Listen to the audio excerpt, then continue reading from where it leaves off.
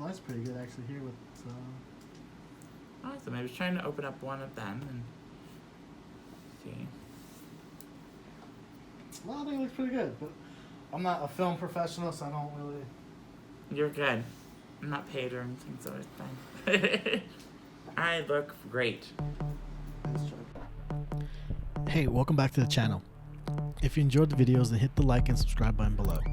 Also, if you want to donate to the show, that would be great. We have some ideas and definitely want to pay the guests that take time out of their day to be here.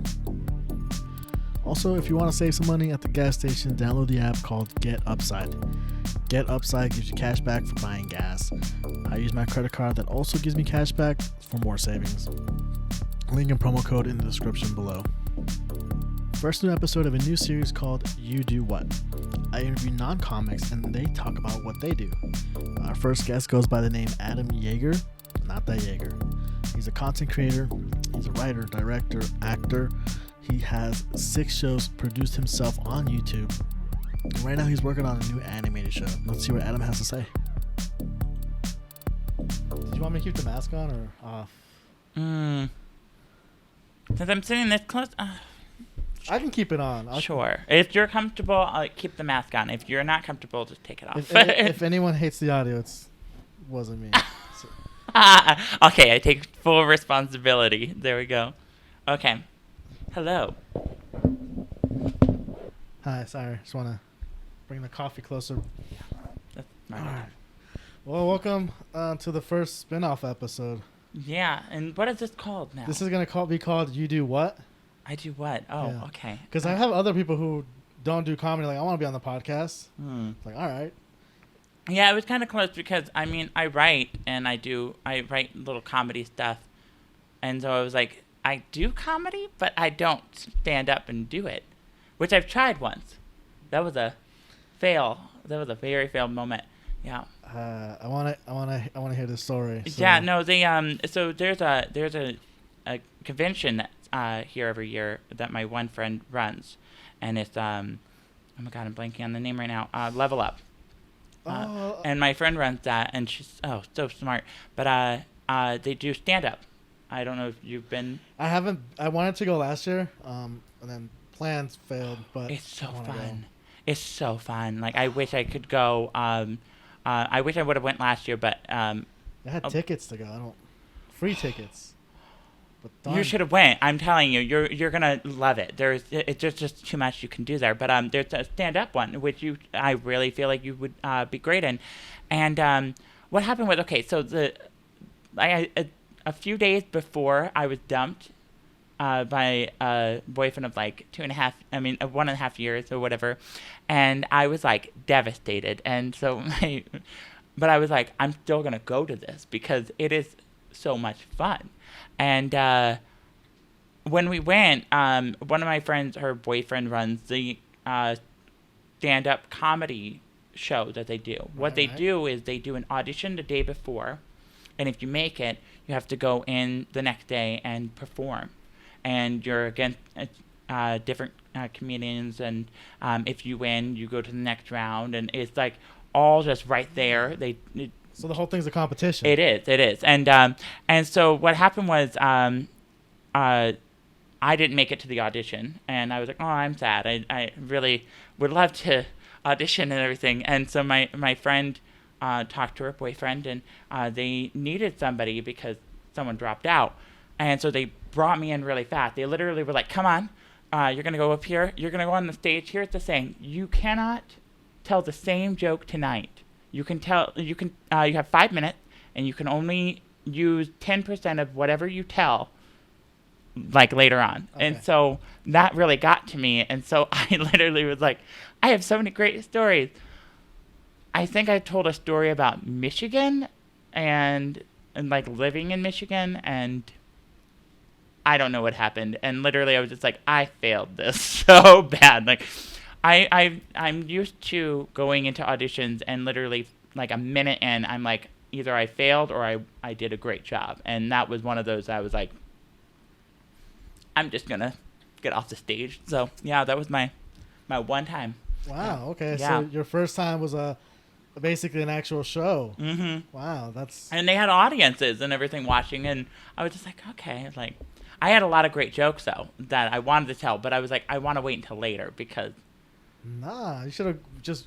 I know, because I realize that stand-up is it's an art form that you have to really know what you are, and then go from there and know your audiences and everything. And I just was like, because of that rule, it threw me off so much that I was just like, okay, I gotta make it good, and it didn't work out because I wanted to talk about my dating life and everything. It's a mess. Well, I mean, you should have just done it. Like, what was the story about Michigan about?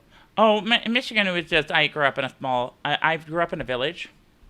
Okay. Yeah, if you Google it, it says a village in Michigan. I grew up in a village, and wait, that's the name of the village? A village in Michigan? No, I wish, but you look it up. It's Sanford, it's called, and it's right below Midland, and grew up there. And I am so happy we moved out here when we were younger. My parents moved out here because otherwise I would have died.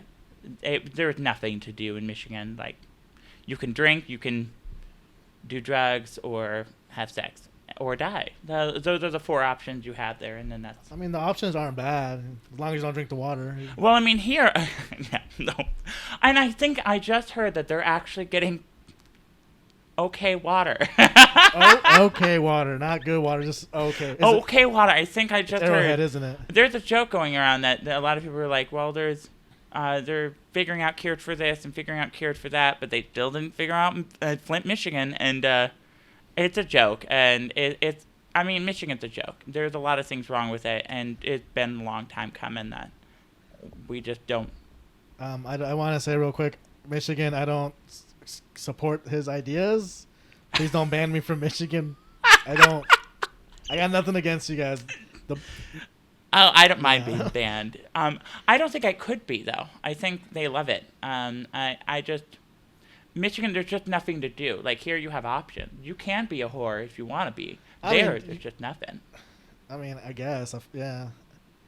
I mean, I guess, is that the only option in Michigan? Be a whore or not be a whore? Like, be a whore. You can be an alcoholic. You can be a druggie. I have a lot of... I'm seeing a lot in common with Vegas, really. I don't see the difference. Well, right I mean, now. they have options. There's a lot, like... So there's more than one whore. Well, I mean, growing up, like, especially going from Michigan to here, like, growing up here, you could literally... There's so much stuff you can do. You can bowl. You could... So you guys have no bowling alleys? I mean, in Michigan, yeah, but, like, they closed at weird times. If you ever go to Michigan, things close at awkward times, and then they have restrictions that are so weird, like bars. I'm going to say, if I remember correctly, there was a bar that would stay open at midnight on the weekends for you. That's just on the weekends. So basically, this town of yours was living in COVID times the whole time. Yeah, like literally. But you're allowed to go outside and talk to people. Oh, that's the one up they have. Okay. There's a lot of problems. And then when we were living, you know how you can find sex offenders and stuff. When we were leaving, we were like, let's find them in our village. There was literally every neighbor that we had, and we were like, the whole town. Yeah, pretty much in our village. I mean, there was not that many people. There was less than 800. I mean, that kind of makes sense why there was nothing. Like, we had a neighbor across the street who, the dad, he had like 5 girls and a wife, and he killed himself in the front yard. He shot himself, and then a few weeks later, another person, one of our neighbors, he shot himself in the front yard too. Like, it was just so they were just tired of drinking. A trend. I don't know. They were tired of drinking and being a whore. Like, what's next? I don't know. Death? Like, yeah, literally, yeah. No, it's a problem. Like, they're good if you're in the rich part of Michigan.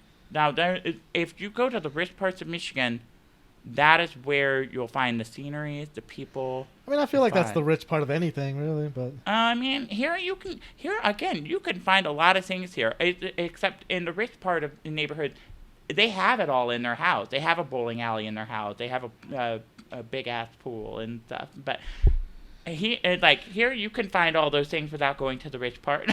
True. I don't know why I keep talking about a bowling alley. That's not really anything. I don't know. I feel like you need to go to a bowling alley. Like, have you been deprived of bowling alley your whole life? Is that it? No, I suck at bowling. I'm literally like that person that goes, hacha, like I chuck it. I took the ball. It's fine. With the rails on the side. No, I don't do that. I like to see where it's gonna go. If it lands in your court, it's fine. It's fair game. Like I could win that. Are the lanes called courts? If you land in your lane, I guess. I just want to make sure. Like I've been calling them lanes. I don't want someone like no, they're called courts, buddy. Like no, this is tennis. Come on. Yeah, no, and so that was my joke. That was my Michigan joke was that it was not pretty. Only I didn't talk about the guy shooting himself. You should have. You should have went dark. I mean, but I was so sad because I really wanted to bring up. You didn't sound so sad when you told. I don't sound that because I didn't really know the guy that much. Like he was really every time I saw him he never had a shirt on, and he just wore shorts and just walked around moping. Was the second guy who killed himself? Was he also walking around shirtless with shorts? I didn't see him. I don't remember him.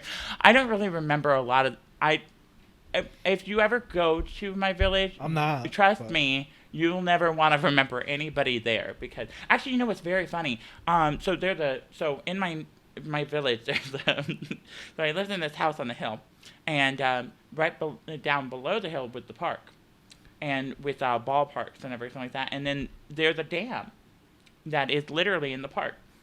Well, so every raining season, the water would flow up over the park. And we see people canoeing over where we play and everything, and that was the thing. Well, what happened was, it's Michigan, because they don't do anything, and they don't, I'm sorry, but they don't. They don't recognize anything, the people, the officials and everything. The dam was having problems, and an inspector came in and said, you guys need to fix it. They were like, no, we're good. Just last year, it broke. Huh. I don't know if you ever heard this. No. The dam broke in my village and flooded the village. It flooded it, and it was really bad. And what stood? My house, my family house stood. Man, there's a lot of water problems in Michigan, isn't there? There's a problem. But the thing is, for years, I'm going to say about a good 8 years or more. I think even when I was living there, it's been about 16 years now. And they said, you need to fix the dam. They didn't fix the dam. And what happened? It broke. And so... Damn it. Damn it. Yeah, it was really... And I just couldn't... And then my grandma, my grandma was always very spiritual.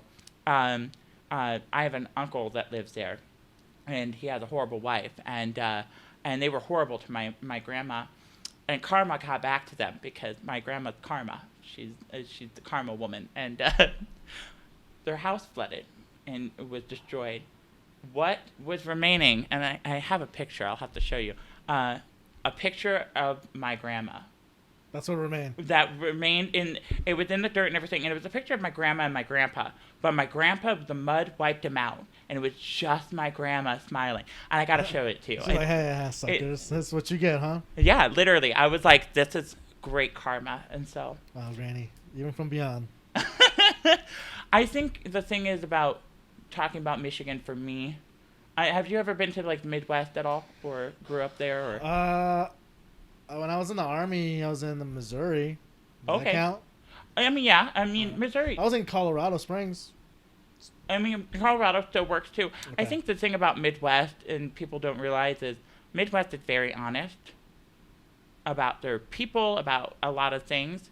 Even though sometimes they don't say it to your face, but they're very honest people that if a problem does arise, they're not going to just shy away from it. They can laugh and they can talk about their problems and fight, if anything. And they'll talk about it, but they just won't fix it. That's what I'm hearing. They'll talk, yeah. Well, I mean, there's a difference between them and elected officials there. Gotcha. The elected officials are a completely different world.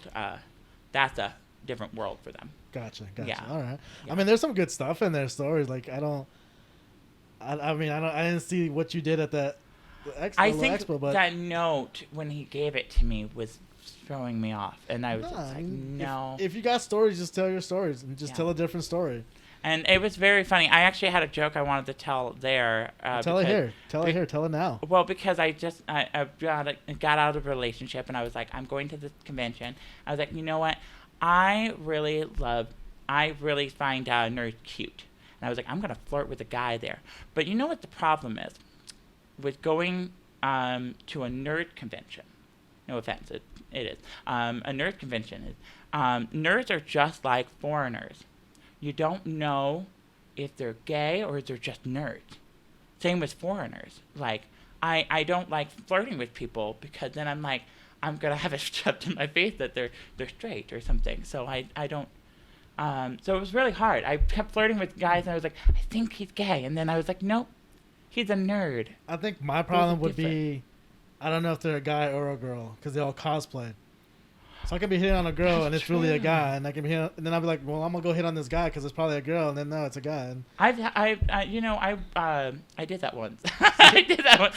I went to a bar and this hot guy came into the bathroom and I was like, you want to make out? And he was like, sure. And then he was like, I'm a woman, and I was like, oh, you're still hot. So yeah, that was fun. So that's how it just works. You just go into the bathroom, they walk in like, hey, just want to make out. That was the only time I did that. But I mean, only time. And it happened to be a woman. Yeah, it happened, but he. I mean, now it's a man. It's a man. No, she's a man now. She's a man. No, now. it's a man. Yeah, for sure. But he was wanting to be nice to say, even though we were just making out, and I didn't think any seriousness, and that he wanted to be nice and tell me his past, and I was just like, that's very nice and all, but I want to just make out with you because you're hot. So, man, woman, you're a hot man, and I don't care. And yeah, it's fine. But yeah, that was the only problem I had at the nerd convention was I never knew who was a nerd and who was gay, and I was just like, great, I'll just have a fun time instead. So that was my joke for the night. Was going to be that, and then go on to talk about my dating life and everything. And I mean, there's a little potential in there, you know, yeah. potential. Yeah. I would say I think they're all nerds, gay or straight. They're all just nerds. Mm-hmm. So I think that would help, you know. Oh yeah, no, they definitely are. And there's nothing wrong. And there's nothing wrong with straight people. I don't hit on straight guys.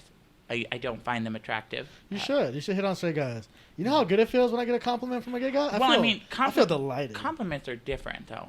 Well, it's okay, like a compliment, like being like, oh, I think you're really cute today. Like, thank you. Like that's a compliment. But flirting for me is like, do you want to make out?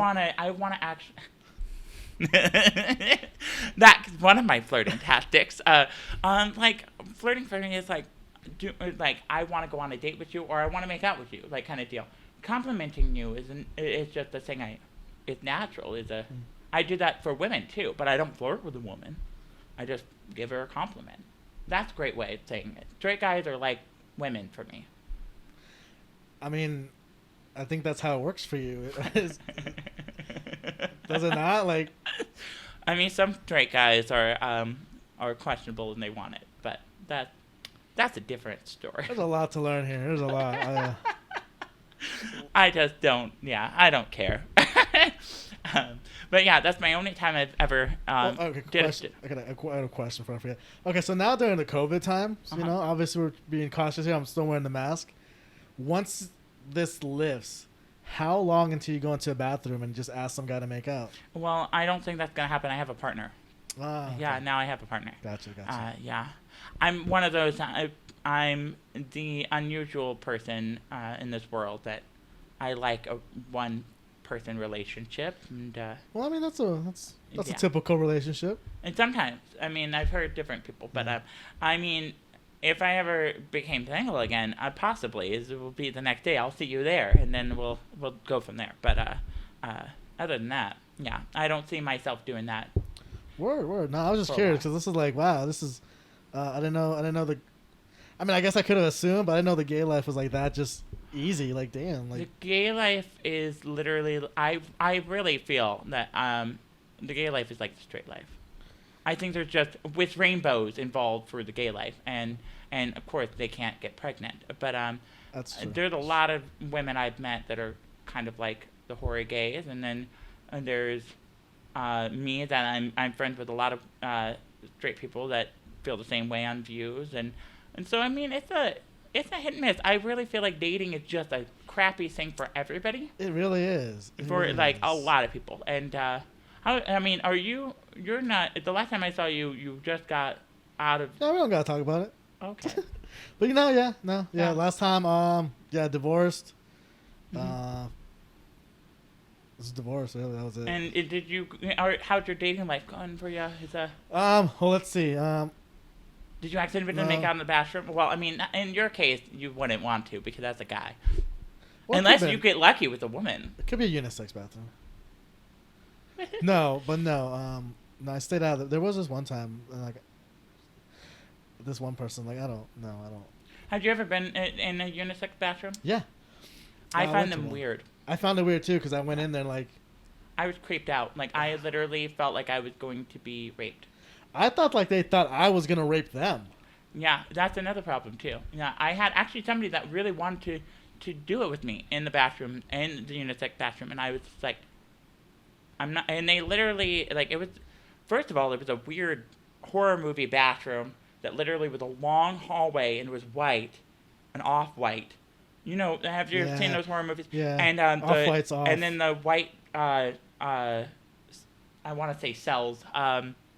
Stalls? No, what's the urinals? No, not urinals. The stalls. Stalls. Oh man, it took me 3 tries. I should have stalled the first time. I thought you said stalls. No, yeah, stalls. And I went to a stall, and then I came out. And I was like, okay, this is a weird bad. I mean, it smelled like alcohol. And I was it was an event that it was dry. It's a dry place, and I really wanted alcohol to get through this. And I swear, if you sniffed enough, you got a great butt. Dang. It smelled really bad. And so then you go out, and I would washing my hand, and this transgendered person, they came up to me and was trying to hit on me. And I mean, if their wig would have been better, I probably would have said something to them. But I just was like, I'm not interested. And then they sat up on the counter and was trying to like open their legs. And I'm just like, I don't know what else to say to you. Like, this ain't Michigan, buddy. Settle down. In Michigan, I don't. In Michigan, it would be probably a fight. I would probably start a fight. That would be. Oh, okay. Because we'd be bored, and so it'd be like, we're going.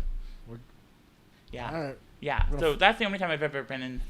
Yeah. Oh, okay. It's creepy. See, you got good stories. Like, you got good stories for some stand-up. Like, that's funny. Like, you know. Yeah. No. Like going into a bathroom and it's off-white and that seems rapey. It's not eggshell white. Eggshell white is safe, but off-white is off. It was horrible. Yeah. No. I really. It's horrible. The color of white. And you know, like, I think that's a reason why they don't allow alcohol in that building, because if someone gets really sick in there, that white is going to look really bad. Makes sense. No, it really did. I just, I lived my life in a, if you talk to me more about things, I lived my life in a horror movie way. Everything is a horror movie. Like, what if murder came through the window right now? What am I going to do? And I do that all the time. And that was one of those moments. I was literally in a weird bathroom area, and I was like, I'm ready to go. Like, I'm Jamie Lee Curting this up. Like, we're doing this today. And that's, my life. Yeah. Nice. It's great. Yeah. You should try to stand up again. Oh, thank you. You should. Thank you. These stories they got, I'm hearing them. They're just funny. And then you spice it up a little bit. I have a old humor. That's what, I talk a lot. I like to ramble. That's perfect, because when you're on stage, that's what you do. You just rambling away, and I'm just I find I just like being on stage, and I think that's why, if anything, I would be a stand-up. But if I ever tried it, I would just like being up on stage. Yeah, give it a try. Out. Give it a try. Yeah. Hey, did we get to the joke that you wanted to do? I asked, like, what was one of the jokes that you wanted to do? Oh, I'll tell you my funniest joke, okay? Okay. I'll tell you, and it's a true story. It really happened, Ooh, okay? And so get ready, all right? All right, so I had diarrhea. It's already funny. It's already funny. That's the start of it, okay? I had diarrhea, okay? So I was living with an ex, and he had, we lived in a house with his best friend and his girlfriend, and her little one. So she had her own daughter and everything like that. We lived in this house, And for Christmas, we decided to throw a Christmas party. And this was pre-COVID times, of course, because those were the days, right? Yeah, BC. Yeah, no, totally. And we had a massive party and everything like that. And I don't know what happened, but me and his best friend ended up getting diarrhea, and we were like, because his best friend cooked all the meals and everything, and his best friend was like, I cooked everything right, and we just couldn't understand. But for some reason, me and him got diarrhea. So it was really, really weird. And have you ever had diarrhea? Yeah, I am one of those millions of Americans affected by diarrhea on a yearly basis. That was the first time I've ever had it. Really? Yeah. Wow, and you're lucky. I gotta tell you, if you get diarrhea, get wipies, because you have two options. You can either cry yourself and convince yourself to go to the bathroom and burn your butthole, or you could just stay on the toilet for the rest of your life and wait for it all to go away. I mean, well, as a guy, I think sitting on the toilet is pretty easy. Yeah, but like it's just sometimes you feel like you need to get up and go somewhere. Get the charger, yeah. Yeah, so it's kind of like, I don't know, like, so you want to get wipies, and what happened was even the next day, because so I got diarrhea, and the next day I had to go to work. And then the next day after that, my ex and I were supposed to go away with his family to California for Disneyland. So this is like a 3-day... This is like a 3-day event, okay? Wow. So I got it the night of Christmas, and so the next day, I was supposed to go to work. I called my work's at Starbucks. And I never called out, and I was a supervisor and everything like that, and so I had to run the floors and stuff. And so I called my work, and I told my boss, I was like, look, I thought I would be able to beat it today. I have diarrhea, and I can't come in. And he was like, oh, are you sure? And so I finally was like, because they don't, it's the worst job. Anyway, but he wanted me to come in still. And I was like, here's the thing.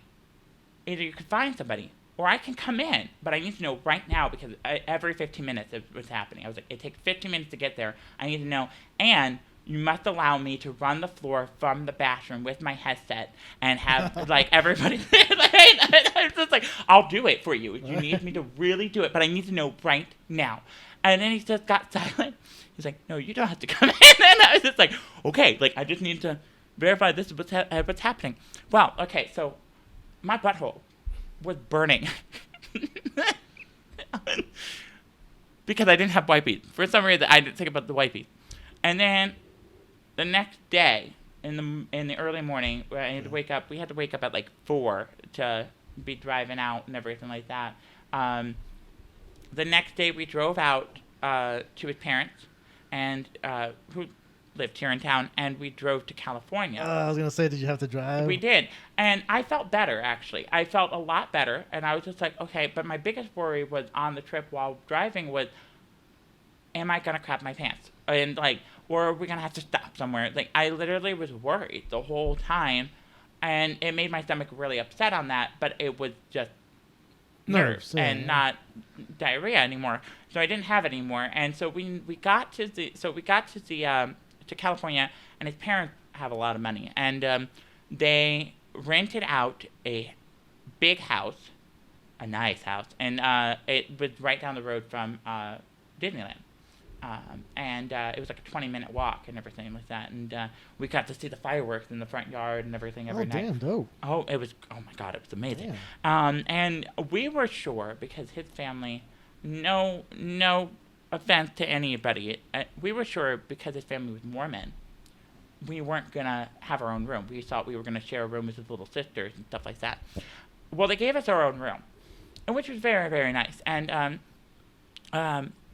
I am very respectful of parents and everything like that, so I didn't want to do anything in the household and everything like that, and especially if that's their religion and everything, I'm not going to offend them. And so what happened was, we were going to bed, and we were really, really tired and everything. And so my ex had a thing for mirrors, okay? And so he took a picture on Snapchat and sent it to, because he was sending pictures all day to his roommates.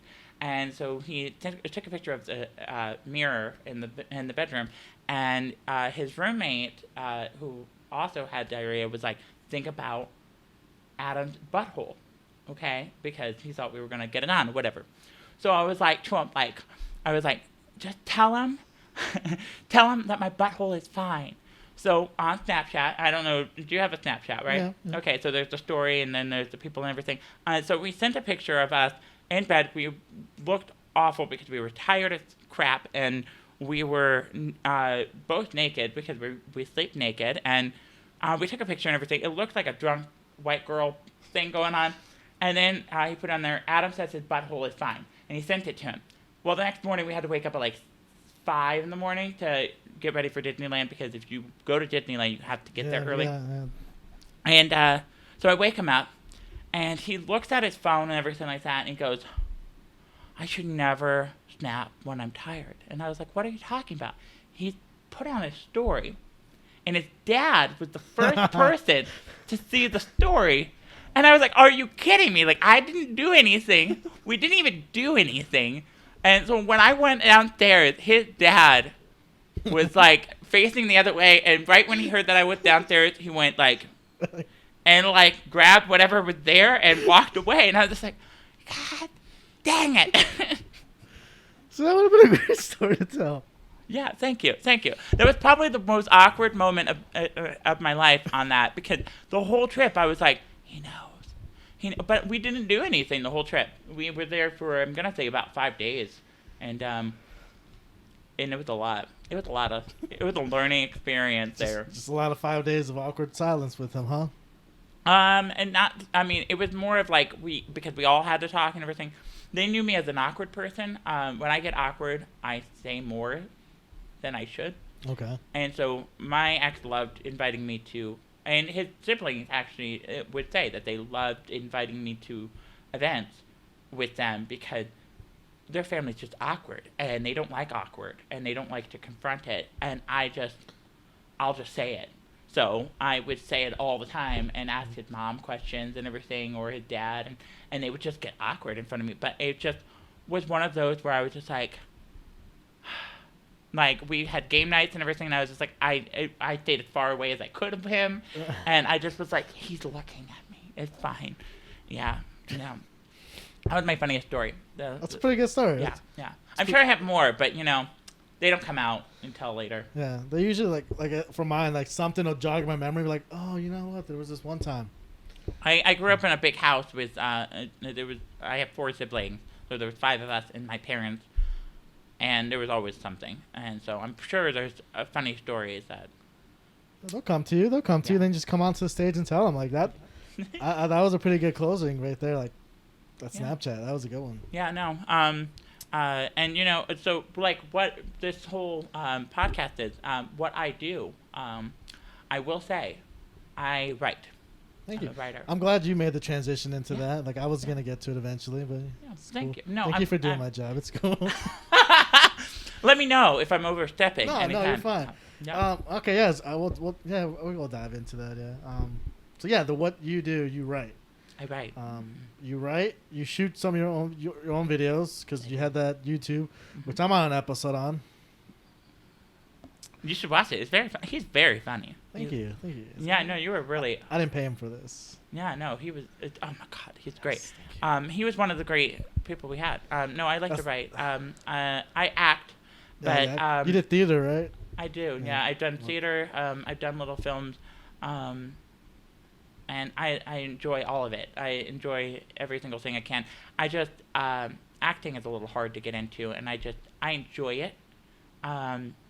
But honestly, if I had to look at my life and if I had to pick between acting or writing and what I want to do for the rest of my life, I would write. That's actually what I want to do. Like between comedy and writing. I would like to be a writer for a show, movie. Yeah. It's like whatever kind. I would rather write. Yeah, and I felt like that since I was little. I wrote short stories all of my childhood that I just discovered a few years back, and I wrote a lot of them. They didn't make any sense because I was a little kid, and we're all stupid when we're young, and yeah. but it didn't. But it was something I did a lot, and I realized I wanted to be a writer whenever I was in 5th grade, and we had to do a creative writing story assignment, and so I wrote something, and I really enjoyed it. And then I was just like, I want to write, and so I wrote a lot of stories, and doing web shows that you were a part of. When I got out of high school, and because I was in theater all that time, and I wrote a lot of my different scenes that I would do for acting class and everything.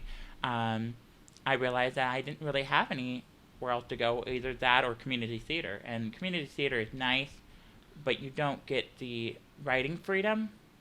You just do what they tell you to do. And it's like college and community college. Yeah, and so I was like, what am I going to do with my life? And I did one show out of high school, and of course, I mean, there's nothing wrong with not being paid, but I wasn't paid for it, but they were so on you about certain things you had to have, and you had to buy costumes, and you had to do a lot of things, and you had to do all this acting right, and they were very, very, I want to say aggressive, but not too aggressive, but they were very, very on you about what they wanted, and you had to drive to them all the time, and there were so many things to where I was just like, you know what, I might as well just start my own little thing and do it for free and have people come in and we'll have fun with it. And that's where it started. And I enjoyed it a lot. And I just was like, yeah, I'll keep doing it. Every time I do a little web show and I end it, I'm like, I'm going to take a break. And then a new idea comes and I'm like, I got to do it again. And it always comes back to me. And so, yeah. So what's the new one you're working on? So the new one I'm working on, well, okay, so I have two, but one I can barely tell you about, but the other one I can tell you a lot about, because the new one that I'm doing is called Oops, I Married a Gay Man. And it's a show. Let me guess. They married a gay man. They didn't know it was a gay man. No, it's not. No. Actually, dang, it's okay. not a show like that. Actually, it's the end of the world. No. Dang, that title really threw me. I know, it shows everyone. In the first scene, you see a woman being murdered. No, it's a romantic comedy about friendship and making fun of love movies. I love romantic movies, but it's easy to make fun of. And it's a show about a girl who has a messed up life. She's very messed up, and she is like, in an unhealthy way. She has random eating places. She's a slob. She's a very interesting character that is devoted to love shows and movies. And she loves that. And she thinks that's her life. She's going to have that one day. And so she meets the man of her dreams at a park. And it turns out the man of her dreams is gay. And so her roommate decides to bring her out one night to meet men, and they go out to a club, and the next morning she wakes up in bed with the gay man from the park, and they drank and they got married that night. So while they're getting an annulment, they become friends, and he teaches her how to look a little bit better and teaches her about dating, while she teaches them how to be humble and have friends. And so it's a growth of a show, and I really enjoyed it. We filmed it during the summer of last year, and it was during the pandemic stuff.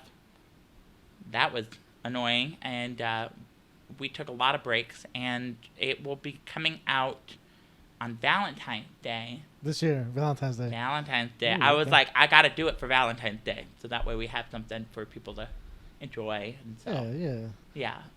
It's been fun. That sounds pretty interesting. Yeah. It's like a regular Oops, I got married with some twists in there. Like, yeah. I'm interested. Yeah, we had a lot of fun doing it. It's with my best friend Caitlin, who plays the main girl, Caitlin Shelsky. I hope I said that last name right. I always say it wrong. I'll bleep it out if you want. That way no one will ever know. Yeah, and with her, so what happened was why I thought of that show. I really because I did Single with you. Right. You were in an episode that was fun, and I ended filming that Single in February of last year, and I was like, I'm gonna take a break off of web shows like for a while, and I was gonna just do like short movies and I just enjoy a lot of that because I do enjoy movies. And me and my best friend, we ended up filming a horror movie or a thriller movie. Oh yeah, I remember that one. Yeah, it's called The Writer's Experiment, and she's phenomenal. She's great. Her acting is amazing, and I met her, and she told me that she always wanted to act and she never acted. So I was like, we'll see how this goes, and she's amazing. And in that movie, if you get a chance to see it, or if you haven't seen it, you should watch it. And she's in every scene, and she's amazing. And that was her first acting. Wow. And so what happened was, I was doing the bloopers, and trying to get the bloopers out. I could not stop laughing at both of us. That I called her up, and I was like, "We're gonna do a show because there's no way if people watch the bloopers." That we could not have our own little show because her and I bounce off each other so well, and I was like, we got to do a show together. So I thought of that show, and I was like, we got to do that, and we did it over the summertime, and we had so much fun. So how long was that break then? The whole no more web shows. I'm back in web shows. February we filmed, and I was like, I'm done after this, and we started shooting in June. I wrote Oops, I Married a Gay Man in April. And we started doing the read-through and the preparation during video. So only 2 months, really. Because we filmed the movie right after Single. We filmed the movie in March. And I was editing in April. And then I was like, crap, it's just great. And so I wrote the script. And in May, we were prepping it and getting ready and doing video calls and constantly going through read-throughs. And we had a lot of fun. And then we started shooting in June. And it took a minute. Yeah, I mean, that's cool. Like, when you love doing something, taking a break is not really... You can't. Yeah, every time I'm like, I'm going to take a break. It doesn't work for me. And, yeah, and so that's one show I'm doing, and I'm really excited for it. So it really is fun. I mean, if you got a spot for me, I might take it. And Oops, I don't think we're going to do it again, mainly because my other show, I think, overclouded it, because we did talk about a second season to Oops. And we were like, if we want to do it, we can't. And we were going to film it this summer. But because I'm doing this other show that's taking way too much of my time, and I'm enjoying this more, I was like, I think Oops had its run. It'll be nice, cute, and fun. Here's a pitch. Mm-hmm. So you do like a second season of Oops, but it's kind of like American Horror Story, where every season's different, but it's generally the same theme. Just like a gay man gets married. Yeah. You do an Oops. We'll work on the title. But this one is a guy who gets married to this woman for money, for like a visa or something. You find all those different reasons why people get married besides love. I would love to do the visa idea, but I've already done that. Did you? I did. Damn it. Yeah. I've done web shows. I'm going to say I've done web shows for almost... Oh, wow. Almost 10 years. Yeah. Next year will be 10 years I've done web shows. I'm going to call off the engagement then. Fuck. I know. I'm sorry. No, that's cool. I have so many great people I would love to have you work with, so I'm like... But I get it. Like, when you've been doing as long as you have, like, you probably already done something. Probably done it multiple times if it was something that was creative enough that you could recycle it. Well, I mean, you can recycle a lot of things. It just depends on how you do it, and it depends on how you deliver it. My work has always been, and if you ever watch my stuff, I'm not a good editor. I'm horrible at editing, and I'm just really proud of my writing. That it overclouds everything, which is probably a bad thing. And so a lot of my projects in my earlier life, even now, kind of, if an episode sucks or a movie sucks of mine, I was more about my writing than I was about the movie, and that's where I'm like, I would love a team. I would love someone to edit. I do have a great editor who does edit some of my stuff. And he's amazing, and his name is Harrison, and he does a lot of my stuff. But I would love an editor officially just to do everything because I suck at it, and you'll see it. But that's my only problem is I think you can recycle anything. It's just the delivery of how you do it and who you have doing it, and that's my problem. Right. No, it makes sense. But 10 years. Yeah, 10 years. In like non-stop 10 years, because like 10 years. Well, yeah, because let me see. There's how many shows I've done. 5, about to be 6. It's 6 shows in 10 years. Wow. I've done. I did my first year. Was called Fairy Tale Horror. It was only 4 episodes, and that's one of my most proud moments. That actually I've been for many years writing a fairy tale book of my own. I think everyone has their own version of a fairy tale. Everyone has their own look of a Prince Charming or a princess, and I want to show my look on what they're like. And it was a show that was really fun to do. It's about a girl who wished her life to be a fairy tale, and she got her wish. She goes to the land of fairy tales, and it's not what she perceived. It's not something that she thought was going to be. There was the demented Prince Charming. There was a lot of different... It was a morbid fairy tale, which was very fun, and we had a lot of attention, actually. That was my first time on YouTube. I got thousands of views every time, and a lot of critics and things like that, and it was very interesting. But I always, that's one of my stories that I kept dear, that I took off the page. I took it all off, and no one can see it because all the ideas that were mine, I want them to stay mine until one day, if I get the money, that's the first project I want to do. So, okay, with that being said, so like you don't want someone ripping off your idea. Yeah, not that idea. That's the only... I think that's been my only one that I've been more, like, proud of. And I really am, like... The rest of them, there's similarities to many of them, but they've been my ideas. And so that was the only one that I was like, I don't think this has been done. And... Can you, like, copyright patent that so no one can really take your idea? Is that a thing for... Oh, yeah, there's that. I never think about it. I just always... Well, bam. Thought about it now. I know. I just always... I'm always constantly doing something. And so I'm like... I never think about it. And it's been 10 years. And I still haven't thought about doing that. And I've thought of it. I'm pretty sure someone's given me that idea. Yeah, I mean, you should do it and then bring it back. Yeah. That was one of them. That was my first one. And then my second show I did, which lasted 2 years. It lasted from...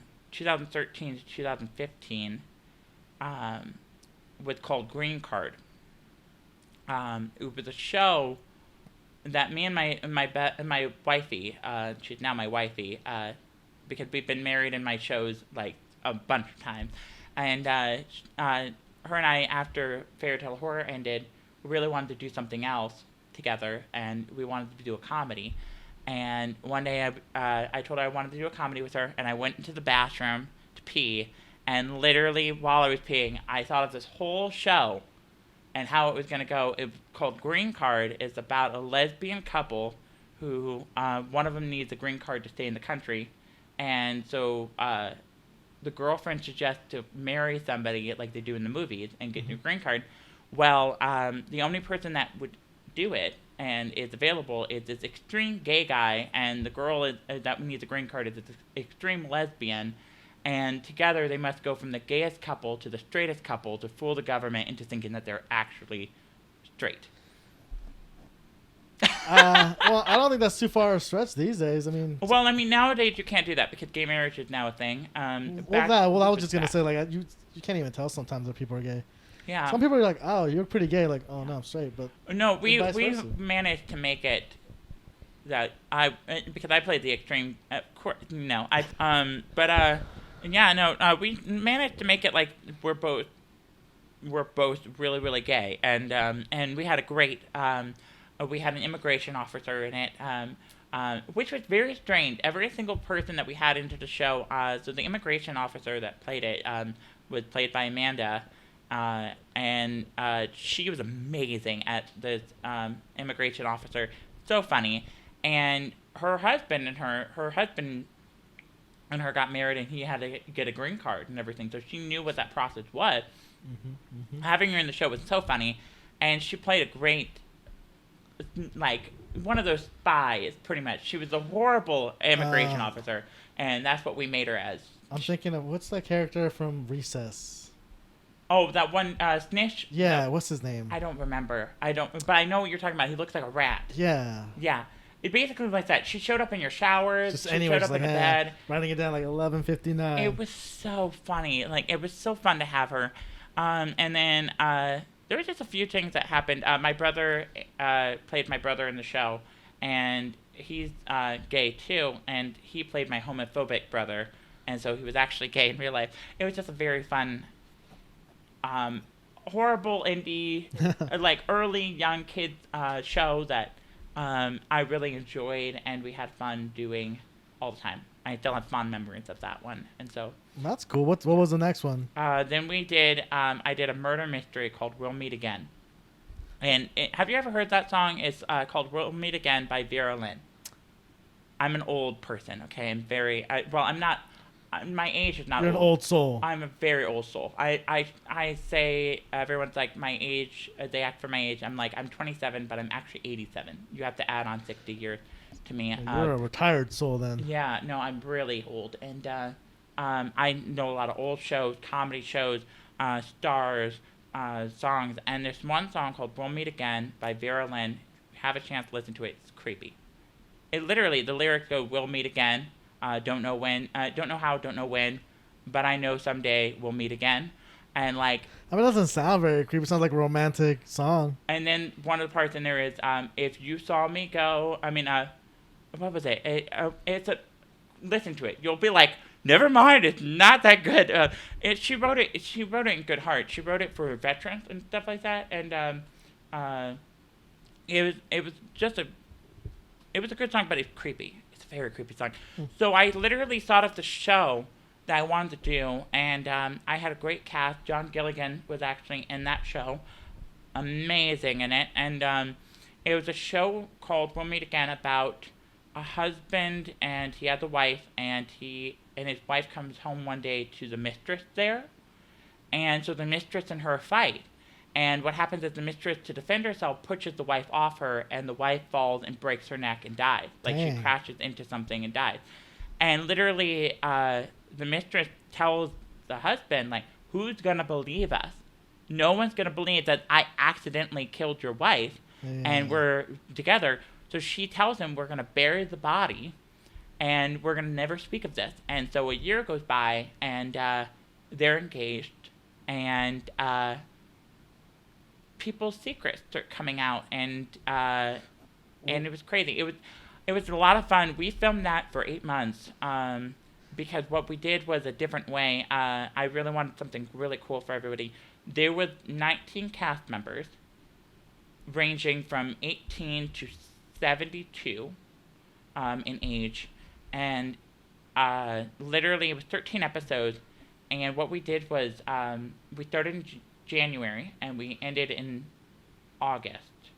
And what we did was every month, at the first week of every month, we would have a read-through with only 2 episodes. And everyone would read it, and so we'd read the first 2 episodes in January, and then we would film those 2 episodes during the month. And the rule was, if your character lives, we'll see you next month. If your character dies, we'll film you, you're done, okay, see you later. And that was literally it. We just filmed you, you're done. And so then we'd go on to the next month, and we'd film episodes 3 and 4. And again, the rule is, if your character lives, great, we'll see you next month. And so no one knew who the killer was. Even the killer didn't even know. I think there was a few killers in it, and I think only one killer knew who it was. And that was Well, that's got to be interesting. Like, am I going to be back next month? Literally. It was always, when we did the read-through, it was so much fun because people would be like, I don't want to die, I don't want to die, I don't want to die. And it was a fun time. We had a lot of fun with it. And there was actually one girl that was supposed to die in one of the episodes, but we had a party before we did the show, and I loved working with her I loved partying with her so much that I made her a character that lives, and until the very end, and I can't give anything, but literally it's 13 episodes, 19 cast members, and 17 people die. So only 2 people live in this. Wow. We had a lot of fun. It's curious. Yeah. I'm just like, so wait, I got some questions about this show. I might have to watch it because I'm curious. Like, did no one question that the wife was gone? Well, there was, so one of the characters in there, one of the main characters that we follow is a girl who, she was the cousin of the wife, and she does miss her and everything, but they had a good relationship with the husband, and so no one really, they were like family, and it's very interesting, and only the people that die in the first episode, I did tell people that the only people that die in the first episode will come throughout the whole thing. So the wife does show up here and there. Flashbacks. And things like that. Yeah, she shows up, and it's a very interesting process, and we had so many great people in this. Again, there were so many great people. There was Holly Dickinson, who played the mistress. Phenomenal. She stepped into the role when someone dropped out, and there was just so many people that, and Holly, if you ever meet this girl, Holly is the nicest person, but when she plays the bitchy mistress, it was like, I'm afraid of her, but it was a very fun process. We had a lot of fun, and yeah, you should watch it. It's very fun. John Gilligan is in it, and he's one of the nosy neighbors. That sounds like John. Yeah, him and the woman that played his wife, Teresa Fullerton, those two were so great together, and they played the nosy, suspicious neighbors that always wanted to know what was up, and they have a secret. Everyone has a secret in this show, and we had a lot of fun doing it. Very interesting. All right, what was the next show? Single, okay. Which you ended up going to. So I took a break. Originally, I was going to do a season 2. We'll meet again, and I had the storyline, and it's actually, I was really excited about that. Do any of your shows have a season 2? Yeah. Okay. Green Card had 5 seasons. Oh, 5. Okay. 5 seasons, 60 episodes, and for 2 years we ran it. Yeah, no, that was a lot. That's a good show. Single ran for, I think, 5 seasons too. Actually, in 48 episodes of that show. But Single was when we were doing it. So what happened was my ex broke up with me, and I was very devastated. But I went on a trip with my girlfriends, and I really enjoyed it. I was like, I want to do another project. And because me and my ex were going to do another project, we were going to do a project of our own, but then we broke up, so we couldn't do it. And I was in the process of writing that one, so I was halfway through that, and then we broke up. And so I was just like, okay, I'll do another show instead, but what can I do? Because the one show we were going to do was a romantic comedy. I was like, I'm going to do something opposite and make it a comedy about being single, because we don't get that. And the first season is about being newly single and dealing with the emotional stuff. The second season is about holidays, facing all those Christmas, New Year's, Valentine's Day, all single. And then the third season is about growth and about realizing that you have to look at yourself rather than look at the person that caused you to be single. I think I'm on season 3 of my life right now. Yeah, you have to look at yourself and realize who you are and what you contributed to that relationship ending, and what can you do to move on. And I think that was my favorite season to do of that show, and that's what I was really proud of that season. It made people cry, actually.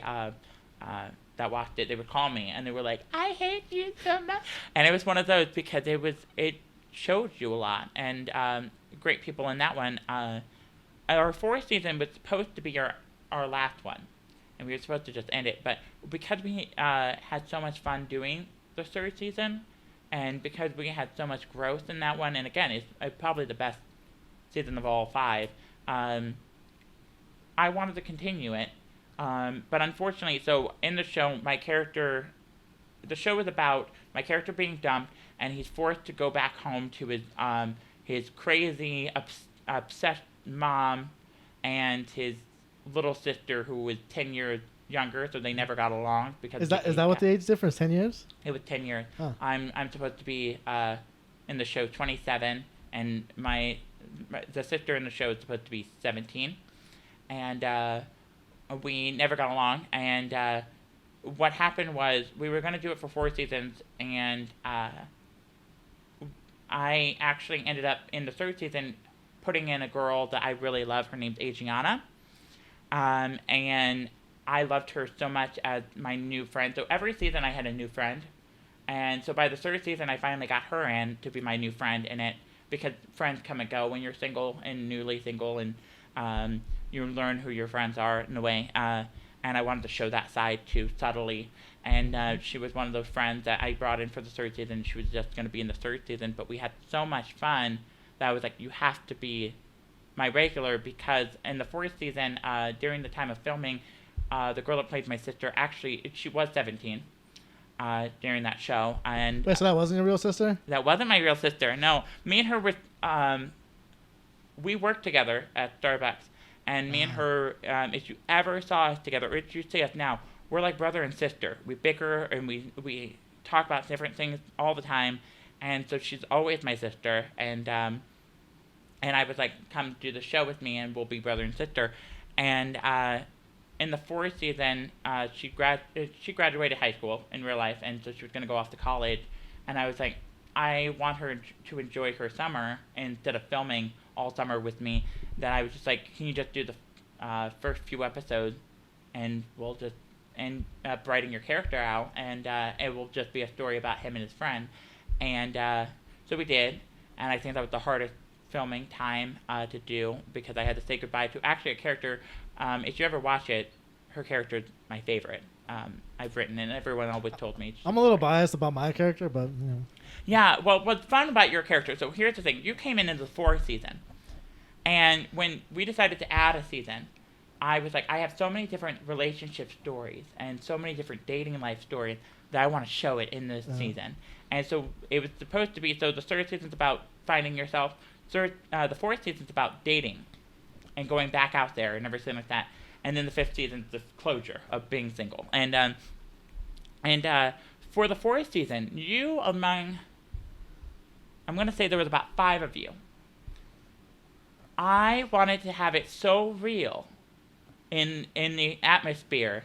I didn't want to invite any of my friends to come do this.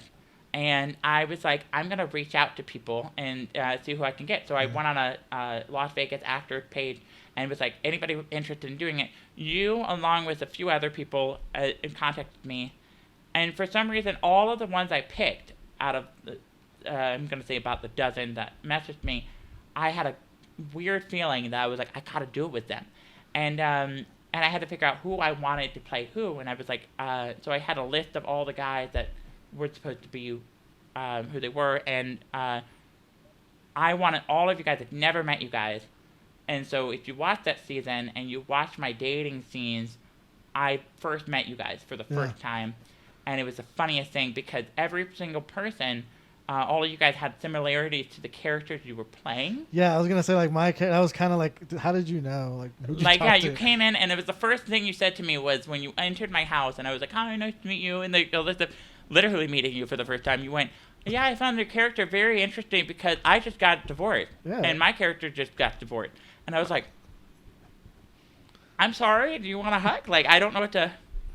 And so it was one of those I really enjoyed. I worked with, I think, about 5 of you, and all of you guys were so funny. And I just was like, I will work with you guys in the future. And it was so fun with all of you. All of you were fantastic. And so, yeah. Yeah, it was a good time. It was a good time. And so we did that. Season 5 was I finally get into a relationship that's healthier, and it was fun. And we ended it. And then I thought of Oops, and that was fun. And I was like, I'll do Oops, and we'll just do seasons of Oops. And during September, there was a contest for Las Vegas Little Theater to do a October Halloween scene, and so I was like, I'll write something, and I thought of this scene, and I was like, this is such a brilliant scene, even though I wrote it. Modest right here. It's such a brilliant scene that I was like, I'm going to do a show out of this. And it'll be fun. And it's called Ordinarily Twisted. And it's a show about a town where they're known for nothing ever happening, but in reality, everything happens. So Michigan again. In Michigan, yeah, no. But I mean, this one, there are things that actually do happen in here. In Michigan, just... and so it's a show that focuses on a family, a brother and sister mainly, and their adventures. And in the first episode, the mother died. And you just like to kill off women, don't you?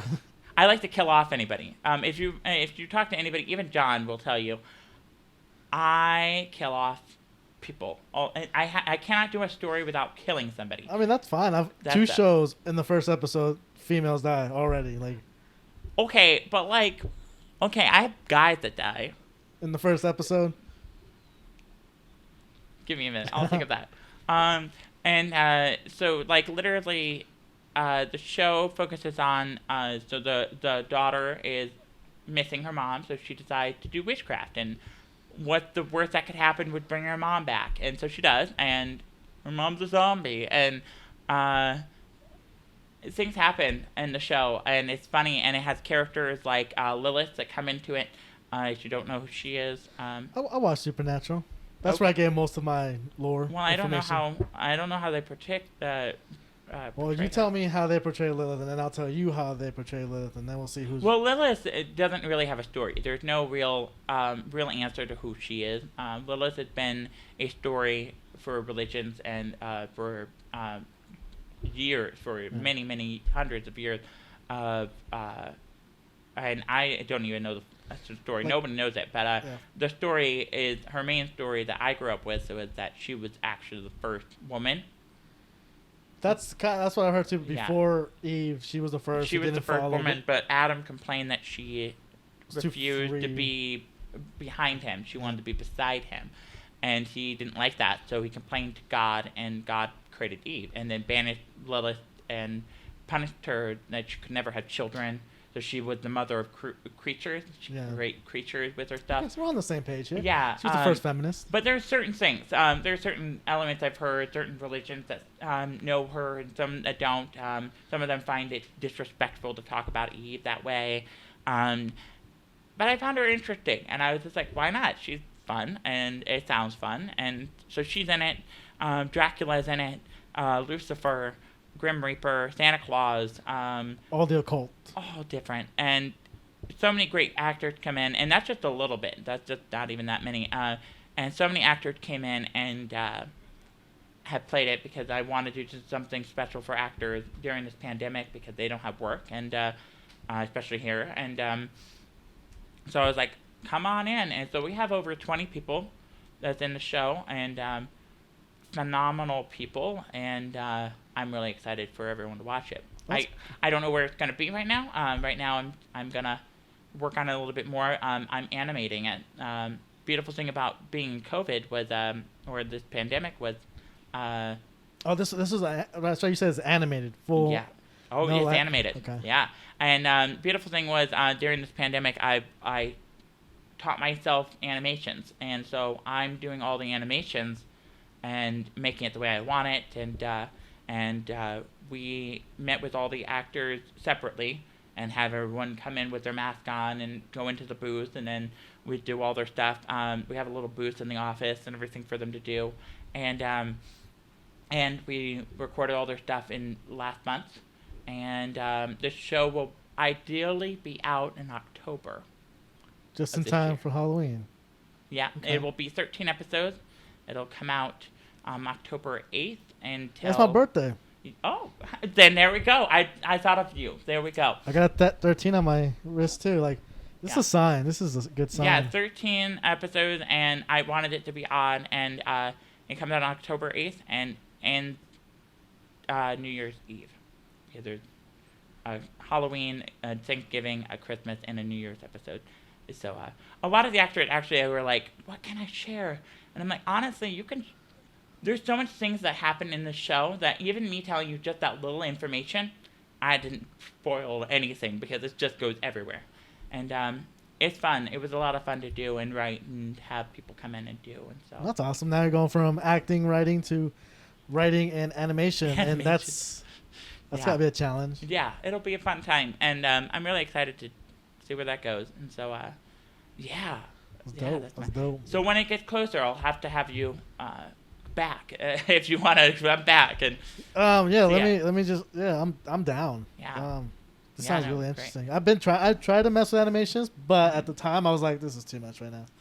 I'm enjoying it, and I enjoy drawing, and even though I'm not good at it, and I've enjoyed it a lot. I've told people this is a show I'll do a second season to, and I already have the idea planned out, and I've told some people how that would go, and it's great. It's gonna be great. It'll involve aliens and Cupid, and this is awesome. Especially I love supernatural stuff. So yeah. I'll definitely be watching this one. It literally is a show about everyday life. Think about your life being normal, but with Santa Claus or zombies. That is what the show is. That's a great way to point it. We touch a lot of subjects. So kind of like Hotel Transylvania 3. Or Hotel Transylvania. They touch a lot of subjects too. Yeah. They touch a lot of... But no, I'm just saying they're just regular people on a cruise, but really they're monsters and stuff, and they're just similar. But they're not monsters. I'm confused. It literally is if you lived your life and you just went outside right now and you just saw Dracula and it was just nothing for you. You're like, hey, chill. Okay, so it's kind of like walking down Fremont then. Yeah, hey, what's up? And that's literally all you're doing. Literally, okay. Yeah, Fremont is actually a great example too. So that's yeah. But we had a lot of fun doing it, and a lot of great people in there. So that's awesome. That's awesome. Yeah. So let me ask you, if it wasn't for writing and stuff, what do you think you would do? What would be your next hobby or whatever passion? I'd be a yoga instructor. Damn, that's hard. That's either that or a teacher. That's even harder. I thought about being a teacher, but I don't got the patience. Yeah, it doesn't. When I was a kid, I wanted to be a teacher. But then I know how much they're paid, and I was like, I don't think that's a great job for us. And so I just, as much as I love teachers and everything, they don't get paid enough, and that sucks. Yeah. I would have been a kindergarten teacher, or first grade. I would have been a theater teacher for high schoolers. See, that's too much work for too little pay. I feel like I could be inspirational. I mean, you could. I feel like I always thought that if I wanted to be a teacher, if I was a teacher, I would be a high school theater teacher, and I would write all the plays and write out all the stuff. And that way we did that. And then sometimes do some play. But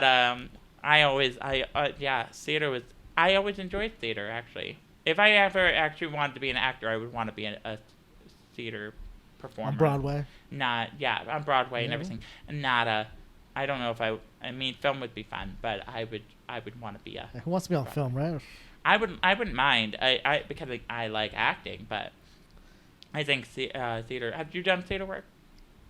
I was in a play in the 8th grade. What was the play? I forget what it was about, but I played Santa Claus at the end. It was something like Santa's being wanted for something. See, that was my show. Actually, I took it from that. Yeah, that was the show I'm working on, my animations, yeah. Oh, okay. Santa Claus is being wanted now. So it's based on me. Cool. Yeah, cool. But 8th grade, did you have was it just from a textbook and you guys did it in class? I don't know where it was from. I don't know where, it was just years ago, and actually I kind of forgot until just now, but I just remember it was a play. Most of the time I was just doing stage stuff, but then that time I was Santa. And I had no lines, but I said something on stage anyways. That's normally how it goes, though. When you have no lines, you'll end up saying a line, and that's... I've always done where when I do theater, because I did it in high school, and I was in pretty much every show. I was everywhere, and very well known in school for that. I never thought I would have teachers. In classes, I would go up, because in high school, you have to give your transcript or whatever, they have to sign the paper. Mm-hmm. I had teachers that would be like, oh my God, I saw you last year, or oh my God, I saw you in this show. You were amazing. And they would literally, every time they talked to me in the class, like, Adam, they would, like, it was like a wonder to them to have me there. And I was just like, this is so weird. And literally, I was in every show. And then when high school ended, I took a 5-year break from theater, and I was doing my film stuff. And then when I go into theater, I go into, like, I do a whole year of, like, so many different shows. I had a 5-year break, and then I ended up into this one small skit thing that was happening. It was at CSN, and it was a play festival where they had writers write their stuff, and they would cast people, and, like, it was, like, many little skits.